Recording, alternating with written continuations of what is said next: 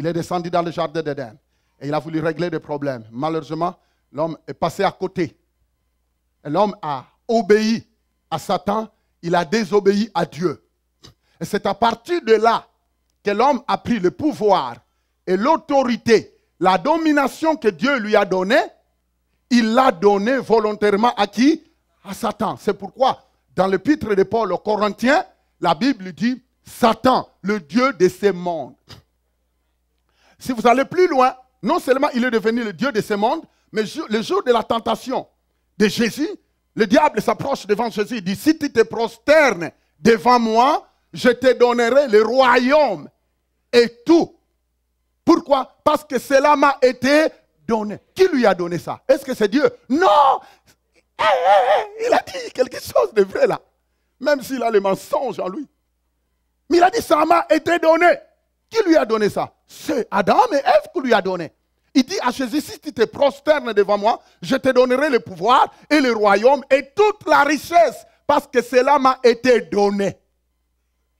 Ça sortait de la bouche de Satan, en face de Jésus. Il dit, Jésus, prosterne-moi, prosterne-toi devant moi. Je vais te donner le pouvoir, l'autorité et toute la richesse, parce que cela m'a été donné. Exactement, c'est l'homme, Adam et Ève, qui lui a donné ça dans le jardin d'Éden. Et c'est pourquoi on appelle Satan est devenu le Dieu de ces mondes. Voici comment il est devenu le Dieu de ces mondes. Il n'était pas le Dieu de ces mondes. Quand Dieu a créé Adam et Ève, il ne lui a pas dit nous allons dominer. Il a dit Adam et Ève dominer. Dieu n'a jamais dit nous allons dominer. Il a dit non, non, non, non, vous allez dominer. Il a dit dominer sur la terre, sur tout ce qui est sur la terre, sur tout. C'est l'homme qui est appelé à dominer parce qu'il a été créé à l'image de Dieu. Béni soit le nom du Seigneur. Mais en cédant sa domination à Satan, maintenant le diable était devenu le maître. Il dominait. Maintenant, celui qui dominait devrait répandre sa nature. Et c'est là où les crimes ont commencé. Caïn tue son frère. Tout. Mais avant, il n'y avait pas ça. Le mal a pris la place quand l'homme a donné son pouvoir à Satan. Et Satan était obligé de manifester sa nature. Alors, et nous allons voir cela dans la Bible. C'est incroyable.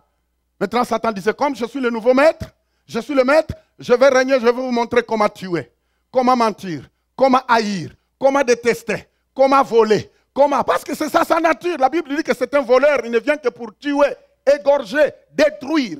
Ça veut dire quoi? Frères et sœurs, quand vous entendez dans le... Oh, mais pourquoi Dieu permet? Ah, mais pourquoi? Mais Dieu... Mais attends, Dieu n'a pas cette nature de tuer, d'égorger. Mais lisez la Bible, vous allez voir que le diable ne vient que pour tuer, égorger, voler. C'est la nature de Satan. Tout ce qui détruit vient de Satan. Parce qu'avant ça, dans le jardin d'Éden, il n'y en avait pas. Bon, si tu es philosophe, je ne m'adresse pas à toi. Et ça, c'est la nature de Satan. Maintenant, connaissant la nature de Satan, nous devons savoir comment nous tenir. Béni soit le nom du Seigneur. Connaissant la nature de Satan, nous devons connaître comment nous tenir. Lisons un peu rapidement dans... Je suis en train de vouloir élaborer rapidement cela pour savoir pourquoi nous devons parler de la délivrance. On avait un maître. Dans le jardin d'Éden, Adam et Ève avaient l'unique maître, Dieu. Maintenant, il venait de changer de maître qui le rendait esclave. Romains chapitre 5, verset 12. On ne les projette pas, on doit les lire tous. Béni soit le nom du Seigneur. Amen. C'est bon, hein? On continue. Ce matin, tu vas recevoir ce qu'il faut. Romains chapitre 5, verset 12. Lisons cela.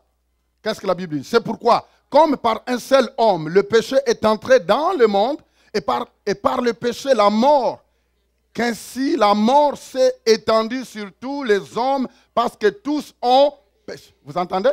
La Bible dit, c'est pourquoi, comme par un seul homme. Ce seul homme-là, c'est qui? C'est Adam. La Bible dit que le péché est entré sur l'humanité par une seule personne, un seul homme. Cet homme-là, on parlait d'Adam. Et non seulement le péché est entré, la Bible dit aussi que la mort a pris la place. Non seulement la mort a pris la place, la maladie a pris la place, la pauvreté a pris la place, l'intérêt a pris la place, tout a pris la place. Le péché ouvre la porte à plusieurs choses. Alors, quand on pêche, frères et sœurs, le péché ne vient jamais seul. Il vient avec son maître, il vient avec tous les déboires, les dégâts. Lisons un peu, toujours dans le même chapitre, verset 19. Qu'est-ce qu'il dit? Verset 19, il dit ceci. Car, comme par la désobéissance d'un seul homme, beaucoup ont été rendus pécheurs, de même par l'obéissance d'un seul, beaucoup seront rendus. Et cette personne-là, on parle de Monsieur Jésus.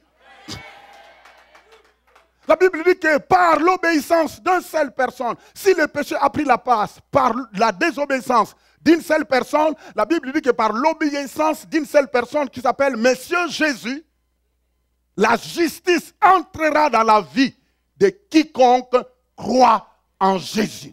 Ça veut dire, c'est pourquoi, frères et sœurs, la Bible dit, il n'y a pas de chemin. Il n'y a pas trois chemins. On dit souvent tout chemin conduit à Rome, mais ce n'est pas tout chemin qui conduit au ciel.